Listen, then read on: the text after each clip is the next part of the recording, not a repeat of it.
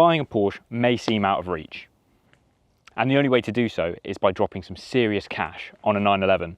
But I don't think so. In today's video, I'm going to be talking about the 987 Boxster, an entry-level Porsche, which could just be all you need.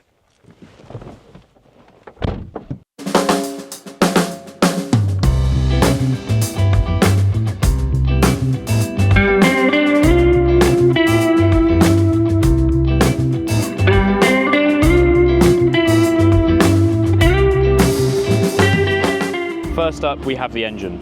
The Boxster might not have the same price tag as the 911, but it does still have a 3.2 litre flat six, which I think is the iconic aspect of owning a Porsche, is having a flat six engine. And in having a Boxster, you are definitely not missing out. Might not have the same amount of power output. This is 280 versus the 340-ish of the 997 of the same generation. But on the road, you are definitely not missing any power. And if anything, the 3.2, with it having a slightly lower displacement, makes it less susceptible to bore score, which is an issue that plagues the 997. So that's 1 point to the Boxster, I think, one up on there. Now, another thing that a few of you might be thinking is, with buying a cheaper Boxster, as you can pick these up at around 10 grand, will you be experiencing cheaper maintenance bills as well? And sadly, in this case, maintenance bills do not depreciate as much as the Boxster has.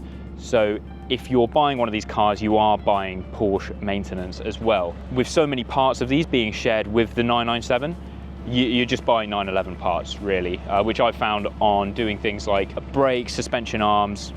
Most of the front end of the car is just 911, and a lot of the rear suspension and components, that is all shared with the 911 as well. So in terms of running costs, you won't be saving any money. But that's not really why you're buying this.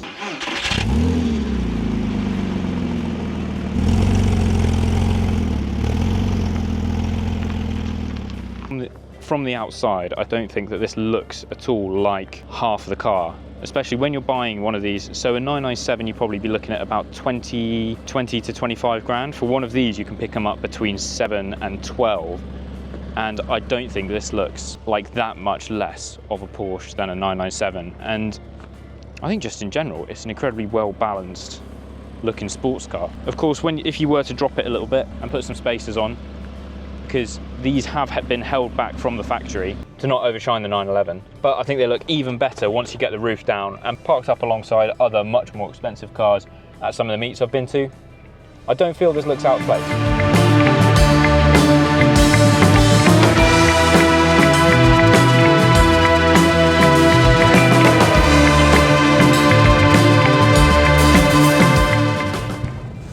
And that's the thing, when you're buying a Porsche, you think it's all about performance, and the 911 has always had more power than the equivalent Boxster. But when you're driving on the road, it's difficult to use all of that power, so it really comes down to how the thing handles. And with the Boxster being a new platform of around the 2000s, they weren't dictated by tradition to have the engine hanging over the rear wheels. So they actually brought it forward to where it probably should have been and put it in the middle, giving you perfect weight distribution. And that mid-engine layout is pretty much what a sports car should be.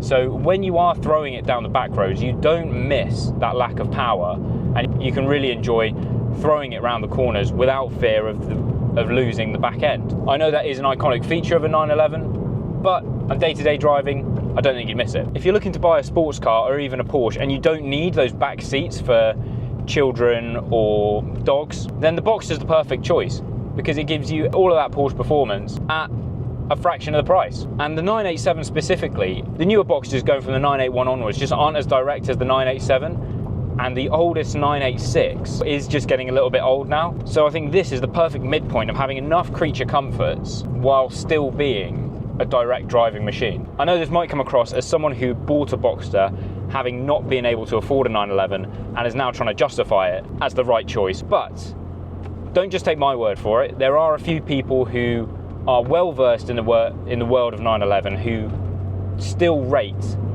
these old, cheap Boxsters. I've got this lovely little 10 grand Boxster, which genuinely is just immensely fantastic. It's 95% of a 300 grand speedster. You know, man maths out the window, because it's just a fantastic car. It's a bit like, and they're fantastic cars. 10 grand on a Boxster is all you need to have car pleasure. Yeah. You should go and drive a brand new one and see what you think about a 100 grand Boxster versus a 10 grand Boxster. Do you think they are just you think that £90,000 is on the flattest part of the curve? Yeah, no, honestly, it's got the Carrera, the first series Boxster's even got the Carrera GT font. Really? Yeah, on the dials. It's just immensely good. So everything else is you know, diminishing returns. But the best thing is, and I talk about this day in, day out on the podcast with Tony from Gravelwood Car Sales, it's the right amount of power. I have been able to thrash this thing and not only not kill myself or break endless speed limits, but also stay in the mix.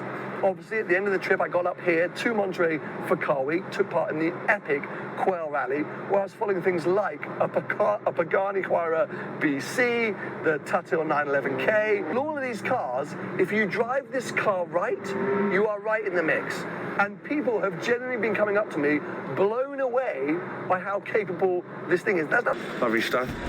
987 Boxster. Actually one of my favourite cars ever. One of my favourite cars I've ever had. It's a 987 Boxster. It's actually the gen before that. And I've taken this car on quite a few meets and drives, and never have I felt that I've bought an inferior car, or have I felt that I didn't have enough power or grip to keep up with some of the bigger hitters or even more modern cars. So I think, but mainly what I'm trying to get across is, should you buy a cheap 987 as your introduction to the brand, or is it just a waste of money? You don't need the fastest, latest, or even most expensive Porsche on the market to get into and experience what the brand has to offer. If anything, I think a 987 Boxster is the best entry point to the brand. It shows you everything that they can have to offer. But I know quite a few people that have got a 987 and stuck with it. I think this is all you could ever need. Of course, enough is never enough, and I'll always be on Auto Trader looking for something else. In the meantime, I'm going to carry on putting the miles on this and enjoy every one of them. If you have enjoyed the video, like and subscribe, and I do have a Instagram page as well, which is Will Behind the Wheel, exactly the same as it is on here, where I'll be putting photos and some videos of this car as well. Hopefully I'll see you there.